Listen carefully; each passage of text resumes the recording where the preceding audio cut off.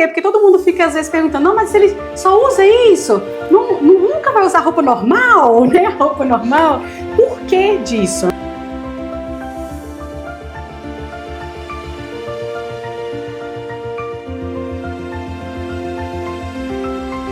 Bom, gente, dando continuidade, então, ao bate-papo aqui com o Padre Fernando sobre esses assuntos da fé, de vocação. Hoje eu queria também tratar um assunto que é um pouco polêmico, Padre, que eu sei que a gente tem boas referências no meio católico hoje no nosso país, que é sobre a questão do uso da batina. A gente tem o Frei Gilson, tem o Padre Paulo Ricardo, e como a gente está numa diocese que é mais do interior, e eu vi como que a sua postura também é parecida com a deles. Só que uma coisa é ver eles na televisão, outra coisa é ver você diariamente aqui, usando a batina, andando no centro, andando por aqui, né? Que você tem esse costume, de fato, de usar só a batina ou só a blusa clerical, né? Sim. Aí eu queria entender, porque todo mundo fica às vezes perguntando, não, mas se ele só usa isso, nunca vai usar roupa normal, né? Roupa normal. Por que disso, né? Eu queria que você falasse um pouco sobre. Porque assim, não tem também certo e errado, não é sobre isso, né? Não é julgando também os padres que não fazem isso, tá, gente? Não é sobre isso. A gente quer mesmo por que o padre Paulo Ricardo, o Frei Gilson, o padre Fernando aqui, ele escolheu isso para a vida deles, né? Sim. Sara, tudo que está relacionado ao ministério sacerdotal tem uma razão de ser, né? E foi o todo do pacote que realmente falou meu coração, né?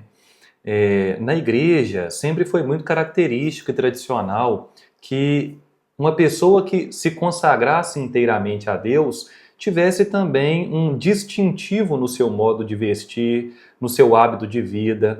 Então, com o passar do tempo, o uso do hábito clerical, que nas congregações religiosas tem estilos diferentes, e para o padre diocesano, no meu caso, é a batina realmente, isso foi colocado como um elemento distintivo. Então, desde a minha época de seminário, eu sempre via os padres que usam o hábito, usam a batina, e isso sempre falou muito para mim também. Primeiro, por um motivo muito simples. O uso da batina, né, ou da camisa clerical é uma orientação da igreja.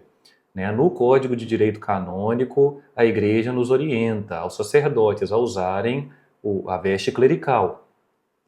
E, olha, uma coisa que todos os padres precisam cultivar, e graças a Deus eu acho que boa parte tem essa reta intenção, é de olhar para as orientações da igreja como as orientações de uma mãe. Né? A palavra da igreja é a palavra de uma mãe para todos nós. Então existe um sentido nesta obediência. A primeira atitude que eu quis ter como padre é da simples obediência. Existe a orientação, então eu vou fazer. Agora, uma vez que nós acolhemos a orientação, nós devemos também buscar entender as raízes disso, a importância da distinção do sacerdote no meio dos outros fiéis. Inclusive, isso que você falou, Sara, nós sabemos muito bem, não é segredo, boa parte dos clérigos, né, dos sacerdotes, não tem tanto costume do uso do hábito clerical. Mas por que disso? Isso, em grande medida, isso surgiu de uma má compreensão daquilo que eram as propostas do Concílio Vaticano II. Né? Quando a igreja deu abertura no concílio, vários documentos foram lançados, a igreja tinha uma intenção realmente de maior abertura para o diálogo com o mundo, e também que os seus ministros sagrados fossem pessoas mais próximas aos fiéis. Muitas pessoas compreenderam que proximidade com os fiéis seria abdicar daquilo que é a identidade visível, do modo de se vestir, do modo de falar, do modo de se comportar que seja.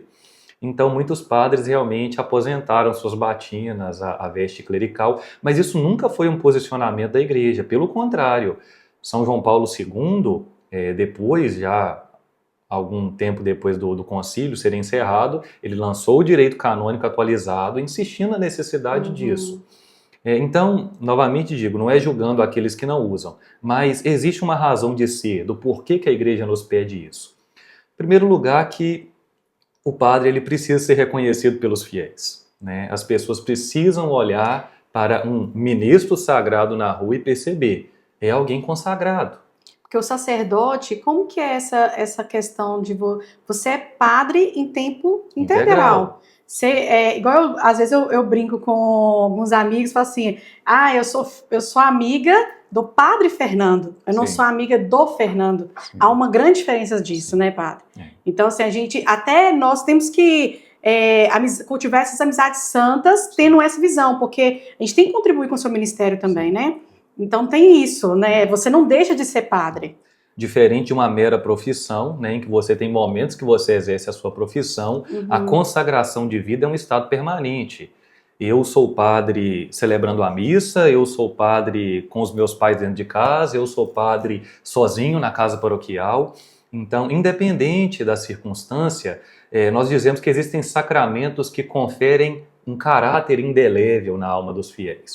O batismo confere um caráter indelével, né? A partir do momento que nós somos batizados, a dimensão do ser cristão, membro da Igreja de Cristo, é algo que nos muda ontologicamente. O sacramento da crisma e também o sacramento da ordem. Então, o sacerdote, ele tem realmente algo na sua identidade que é mudado a partir do sacramento da ordem, sobretudo a partir do sacerdócio. Então, o padre andando na rua, vestido de padre, né, as pessoas têm uma liberdade, se alegram de ver os seus ministros vestidos como padres. Muitas vezes a pessoa tem a vontade de chegar para pedir a bênção, às vezes até mesmo uma orientação que está precisando, desejo de se confessar, viu ali o padre na rua, sabe que pode chegar.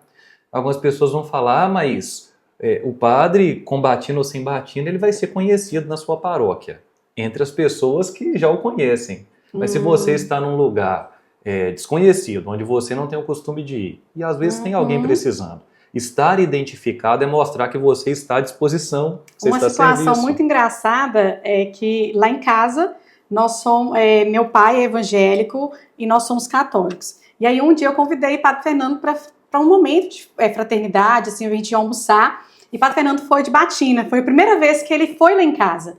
E aí, olha como que é interessante. Como meu pai é evangélico, eu acho que eu acho que ele nunca tinha visto, um padre de batina. E aí, beleza, conheceu o Padre Fernando foi embora. Já tem o quê? Já tem mais de um ano que isso aconteceu. Toda vez que eu uso o meu vestido preto longo, meu pai fala, é o padre? Achei que era o padre chegando. Então, como que isso marcou para ele? Então, ele que não é da Igreja Católica, e com muito respeito, ele brinca, mas com muito respeito, que ele fala assim, aquele padre de batina, você vai visitar aquele... Então, olha como que isso marcou. Sim. Eu achei isso muito legal, muito interessante. E sabe, Sara, são muitos outros motivos também, né? Para além da dimensão de recordar os fiéis que ali está a presença de um padre, isso é para o próprio padre. Né? Eu, quando estou de batina, quando estou de uma veste própria de sacerdote, eu a todo momento estou me lembrando aquilo que eu recebi da igreja, aquilo que eu sou chamado a ser. Né? Nós somos seres humanos, nós não somos anjos. Então, existe uma predisposição em cada um de nós também, de em algum momento a gente, né, fazer algo que seja inconveniente, dar um contratestemunho. Então, para o próprio ministro, ele está sempre se recordando daquilo que ele é, daquilo que ele recebeu da igreja, faz muito bem. Porque as pessoas ainda vão falar assim, não, mas ele é padre em tempo integral, mas ele também é humano, poxa, ele é pessoa. Não, mas aí ficar obrigado a usar isso o tempo todo, sendo que ele é humano, como é que fica o psicológico? Tem toda uma conversa a respeito disso, mas ao mesmo tempo também a conversa de que você é humano também. Então você tem que lembrar que você é padre. Porque eu sou humano. Exato. Né? Se nós fôssemos espíritos puros, nós não precisaríamos de identificação exterior, material. Mas o ser humano, ele é dotado de corpo e alma. Então existe também uma dimensão antropológica. Aquilo que você recebe espiritualmente, interiormente, você precisa expressar exteriormente também. E assim, é uma realidade que nos remete a várias questões de ordem espiritual. Né? A batina, ela tem todo um significado. Né? A veste preta, ela tem o significado de um homem que morreu para o mundo, ou que pelo menos quer morrer para o mundo. Algo que evidente já acontece no batismo, mas na consagração de vida se trata de alguém que realmente renunciou aquilo que é próprio do século, aquilo que é próprio do mundo, para viver inteiramente para Deus. Então, a batina é como se fosse uma mortalha. Isso é interessante na nossa igreja, que a igreja católica nada é por acaso. Sim. Né? Tudo na igreja, ela tem um significado, ela tem uma profundidade de fé sobre isso. Então, a batina, então, ela ser preta, o que é? Significa esses botões também? São 33 botões que fazem uma referência à idade com que nosso Senhor Jesus Cristo morreu. Tem também os 5 botões na manga, que fazem referência às 5 chagas de nosso Senhor. E a gola branca, né, na batina, que é sinal de pureza, do celibato que se abraçou mesmo. É uma veste penitencial, né? As pessoas também perguntam, nossa, mas não é difícil andar de batina, padre, nesse calor que é o Vale do Aço? Mas é difícil. É difícil mesmo. E é exatamente disso, se nós vivermos isso com amor, que nós podemos também colher o fruto espiritual. Oferecer sacrifícios a Deus, viver uma vida penitencial, então já é uma penitência gratuita, né? Porque isso é uma curiosidade boba também, porque a batina, você tem outra roupa por baixo. Você não tá só com a batina, gente. Sim. Então, o calor realmente é um pouco dobrado, né? Então, é uma penitência. Você tem a batina, mas por baixo você tem a sua roupa, a calça, né? Tudo ali, né? Sim. E quando você ainda vai celebrar a missa, você ainda coloca toda a veste lá também, né? Os paramentos próprios, né? Da celebração da missa ou dos outros sacramentos. É isso. Mas uma coisa também que eu acho interessante falar, que não é essa questão de roupa, não é apenas o padre. Porque isso tem uma profundidade, sim, de fé, mas eu vejo, na minha profissão mesmo, como arquiteta, as pessoas, elas me veem de uma forma diferente como eu me visto.